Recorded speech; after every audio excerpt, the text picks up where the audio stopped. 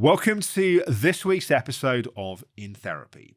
In this week's episode, we're going to be exploring together some of the key themes within Hayley's sessions. I'm also going to answer some of your questions. One of the things that for me is particularly touching about the process of releasing this series is reading your comments. And many of the comments related to Hayley's sessions have been how people have been impacted and feel connected to Hayley in the journey that she's on. And it's not because necessarily people have exactly the same circumstances. People are going to have very different life circumstances. But a lot of the feelings and the experiences that Hayley is sharing resonate with us because we've had similar experiences, be that experiencing a love deficit in a relationship where there's a part of us that is longing for and craving more nourishment and connection, or be it needing better boundaries and feeling like someone else is imposing their wants and their will over us as opposed to being attentive to and connected to what we need. And so talking about some of these key themes, my hope is that it allows you to reflect more deeply in your experience, but also to make a few signposts around if you do feel a resonance on these issues, some of the things you can do to start to work with them a bit more directly as well. So the first of these themes that I want to talk about is how our childhood experiences shape us as adults. Let's imagine a 5-year-old that's not you in that situation. And they are being turned into a carer and they're being turned into the responsible party at 5 years old. And there, as a 5-year-old, the need for boundaries and safety and love are like oxygen and food and water. Yeah. Like they are 3 fundamental needs that we have. And you weren't getting those needs met. But you learned that if you became this person who assumed responsibility and cared for and predicted what might happen, then this child learned that they're going to get those needs met. The problem is, that's not who you truly are. It's not all of who you truly are. It's something you got really fucking good at doing. But the bit that I'm really interested in is who you are that isn't that. One of the things that helps us survive whatever we experience in our childhood is we normalize to it. Whatever happens consistently becomes our world, becomes our universe. And so we can have all kinds of really difficult, challenging, unhealthy, unsupportive experiences happen. But if they happen consistently enough, over time, we will normalize to that just being the way that our world is. In fact, often what we'll do is assume that's the way that everyone's world is.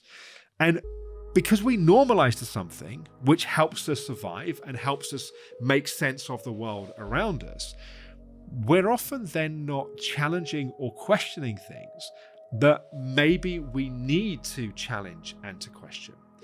And so as our childhood experiences shape us, the real challenge is we often don't realize how much they are shaping us because we're just adapting and we're normalizing to our experience. And so one of the key pieces of my work with Hayley was to really help her see that her relationship with her mother had been very damaging and was a very toxic relationship. That the constant imposing of her mother's needs as being more important than Hayley's needs was something that Hayley had normalized to, that had just become the way that her world was. And so by helping her see that, by really putting a spotlight on that, challenging that, giving her some alternative perspectives of how things might be, and building a level of safety and support in our relationship that allowed Hayley to really hear those things from me, that helped to create not just some perspective in terms of what was happening, but also some distance from it. And that distance then becomes the foundation to be able to build a more accurate and more helpful and more healthy perspective of Hayley for herself, but also the lens through which she sees the world. And so really my reflection for you here is, what have you adapted to or normalized to, which, apart from the fact that it may not be ultimately true, is maybe also not healthy for you? And if we can just get that initial perspective, it's not necessarily going to change everything, but it gives us the ability to take a step back and then to ask some different questions. So the second theme that I'd like to explore is how trauma's biggest impacts are not necessarily the events that happen, but the coping strategies we develop to be able to survive and manage those events. When I was living at home, it used to be safety behaviours. I used to feel responsible for keeping my parents safe in the house. So gas safety checks, door checks, there's no fires, health checks. So like, got really bad health anxiety. So it would be checking, oh, you've got a mole there, let's make sure it's not cancerous mole, or what's that lump, what's that, so health safety checks. It's about an overinflated sense of responsibility for keeping people safe. And if I don't get that right, there's a really bad consequence. So I know it's catastrophic thinking and stuff. But it's literally like, I'm 52 years old and I put my hand on my heart, I've never cooked a meal in my life. Because if I don't cook it right, someone will get food poisoning, get ill and die. Okay. Or I won't turn the gas off and the house will blow up.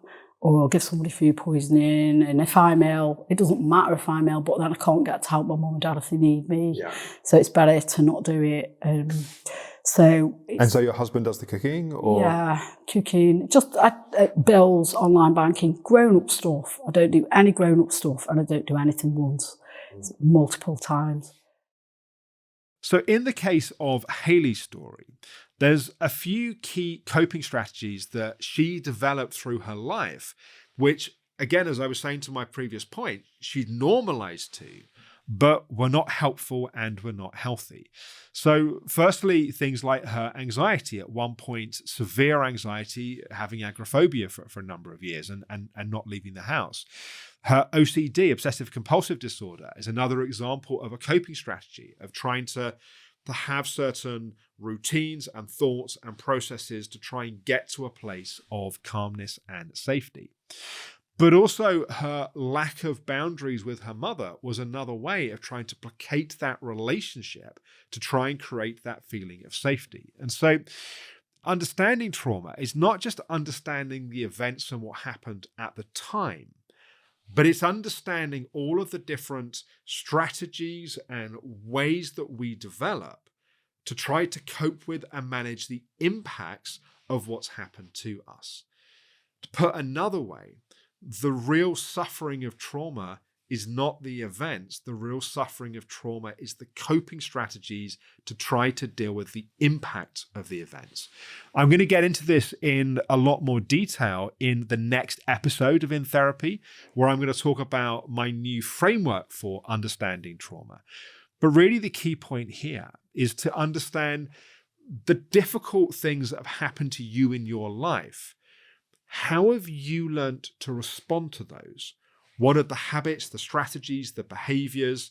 Because it's often those that are causing the real suffering in our lives now, because the events happened, but those things can often still be very much alive in our lived experience.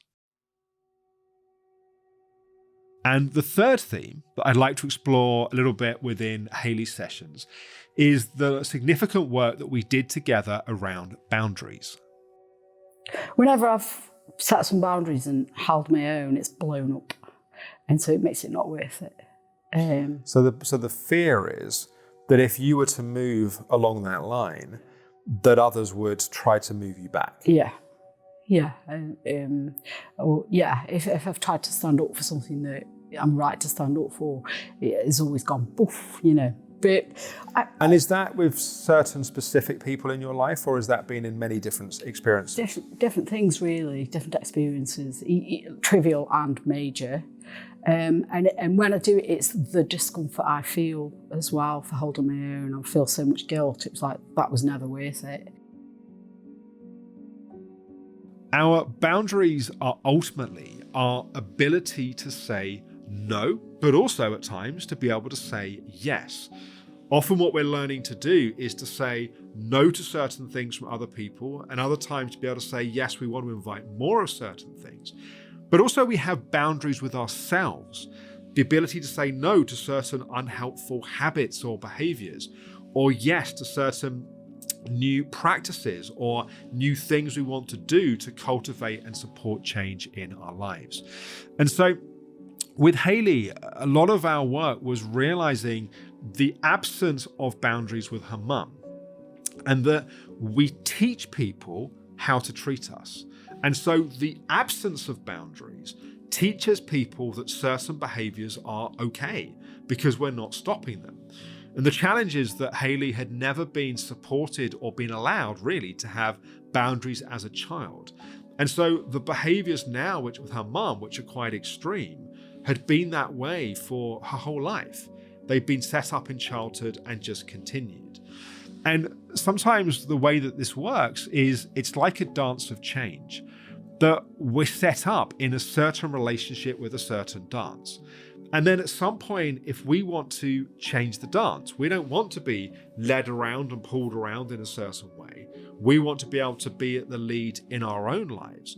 When we change that dance, really, the person we're changing the dance with has one of three choices. Either they're going to come with us in the new dance, i.e. they're going to allow us to change and adapt to that and find a new way to be in relationship with us. Or secondly, perhaps they might try and pull us back into the old dance. And it may not be because they don't love us, it may be because they do love us and they're afraid of not being in close contact in the way that's familiar to them. Or the third thing is that we dance a different dance, that we have more distance and more separation from that other person. And so my invitation and reflection for you here is, where in your life do you need more boundaries? And as I talked with Hayley about, often the power behind our boundaries is to have our no. What allows us to have our no is our own life force, our own personal power. And part of that is our anger. When someone violates a boundary, we should hopefully have a healthy anger response, which allows us to say no to something. But if we've not been allowed to have our anger, we've not been supported in feeling our anger, then we may just go to anxiety instead, or we may just capitulate to appease the other person. And so learning to integrate and feel our anger, to process our anger, is part of what gives us the capacity to say no. And to not just say no once, but going back to my dance of change, to stay determined and committed in the new dance, regardless of what the other person may or may not do. So where in your life do you need more boundaries? And if that's an area that's important, do re-watch the episodes. That there's a lot of, I think, good signposting about how to do that. The fourth and final theme that I wanted to pull out is that our trauma makes us strong. You were told for many years that you were weak. But the only way you could tolerate being told you were weak was because you were strong. But I think part of you didn't want certain people to know how strong you are, because that might have caused conflict or that might have caused problems. And so it's almost like it's a bit like a secret spy. It's like you've got these secret superpowers. This is the you that can run 6 marathons and 30 half marathons. This is the you that can go from being agoraphobic and living in one room for 2 years to coming back out into the world and going into an MRI, even though that you were afraid to do it. So there's this kind of strange situation where you're conscious identity and what you're showing to others is that you're vulnerable and weak and not able to do things. And yet the truth is that you got a superpower.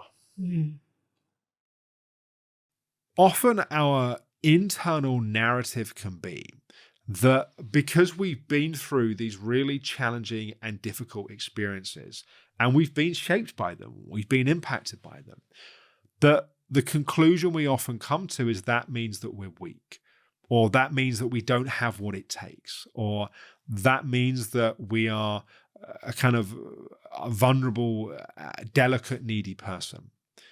But the point that I make to Hayley a number of times is that the very fact that we survived those experiences and we figured out, they may not have been the best solutions, and that's part of what you may be working to change, but the fact that we've built strategies and solutions to be able to navigate shows us how strong we actually are.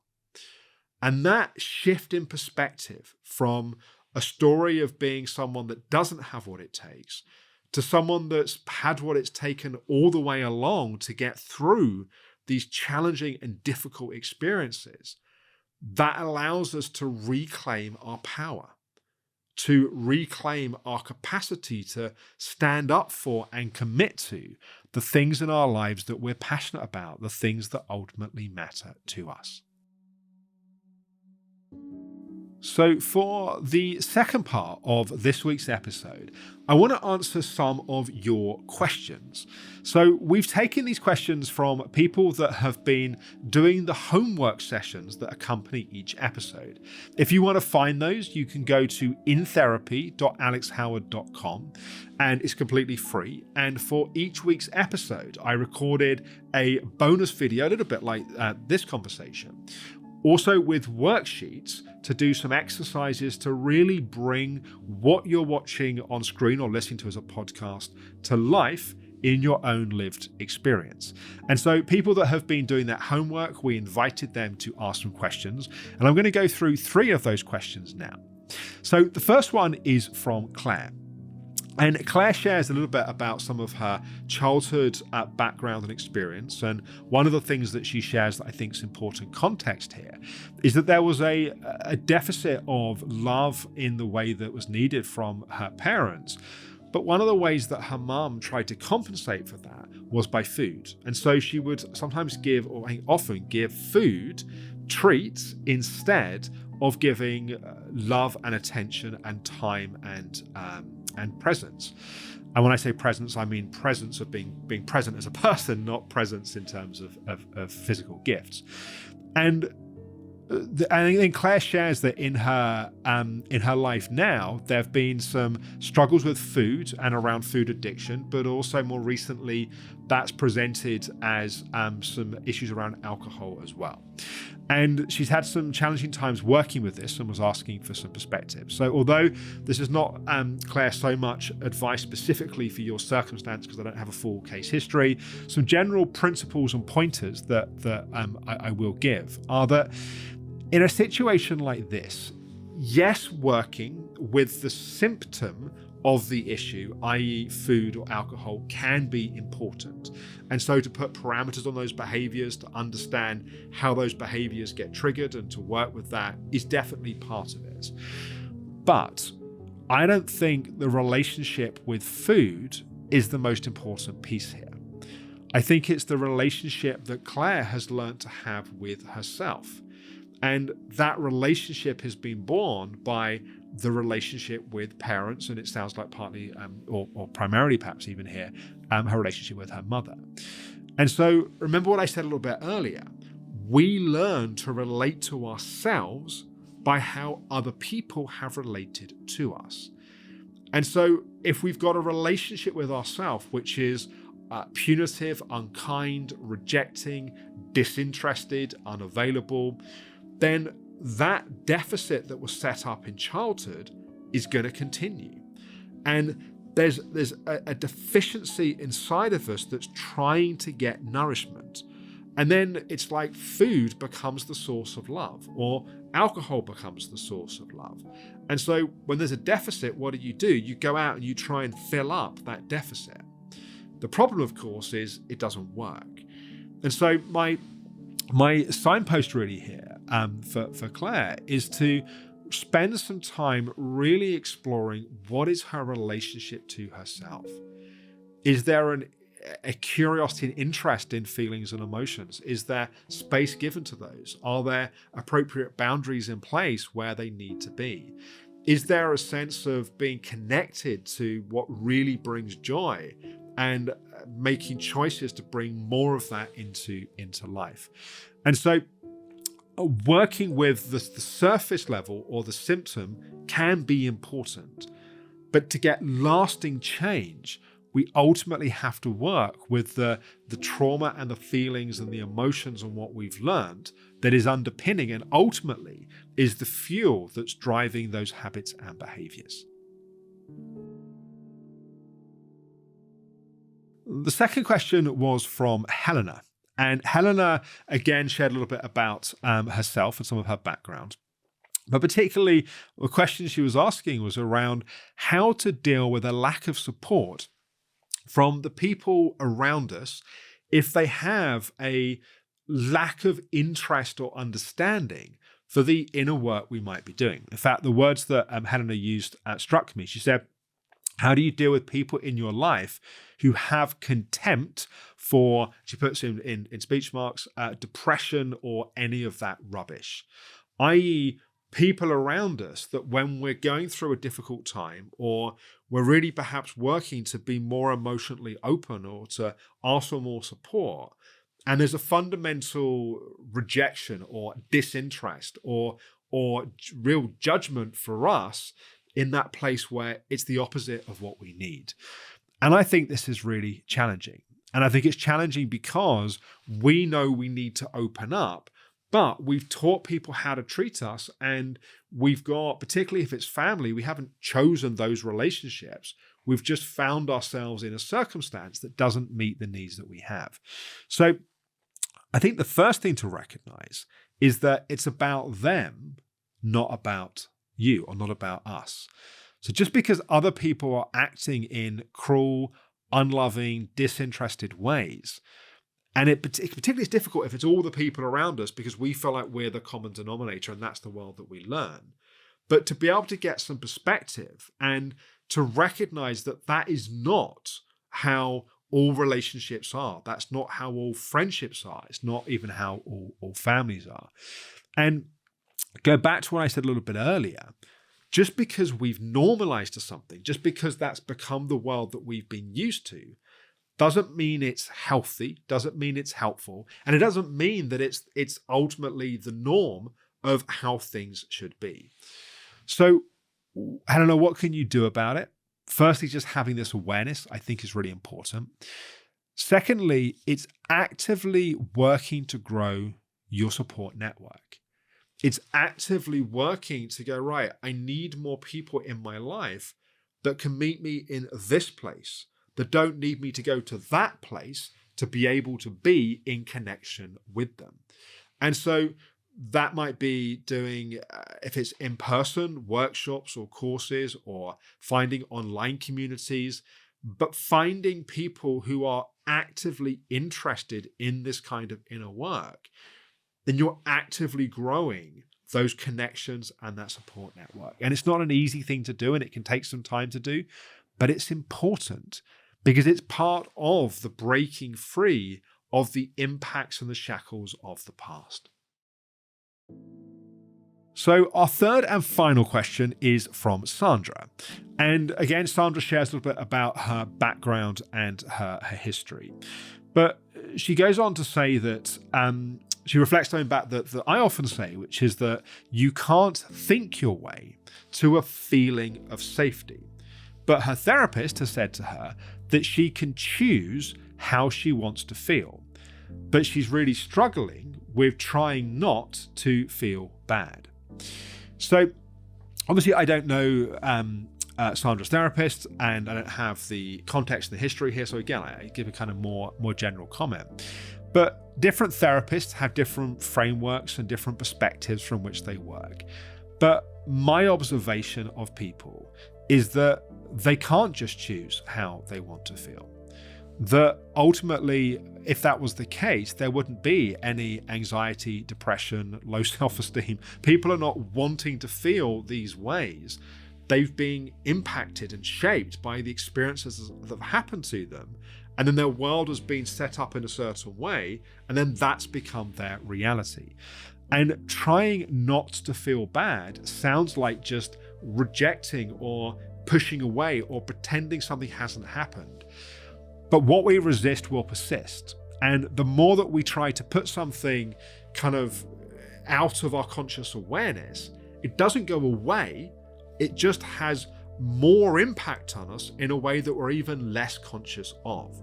So my perspective on these things is it's really important to feel our emotions. Now, there are different types of emotion. There are emotions that are primarily head driven, like we have a feeling that's being driven by a constant thinking process. And if we change the thinking process, the feeling will shift. In that instance, the point is not to go more and more into the feeling, it's to break the thought process. But we also have emotional body based emotions where we need to metabolize, like there's some stuff that needs processing, and trying to push that away just means that it controls our life in a way we're not aware of.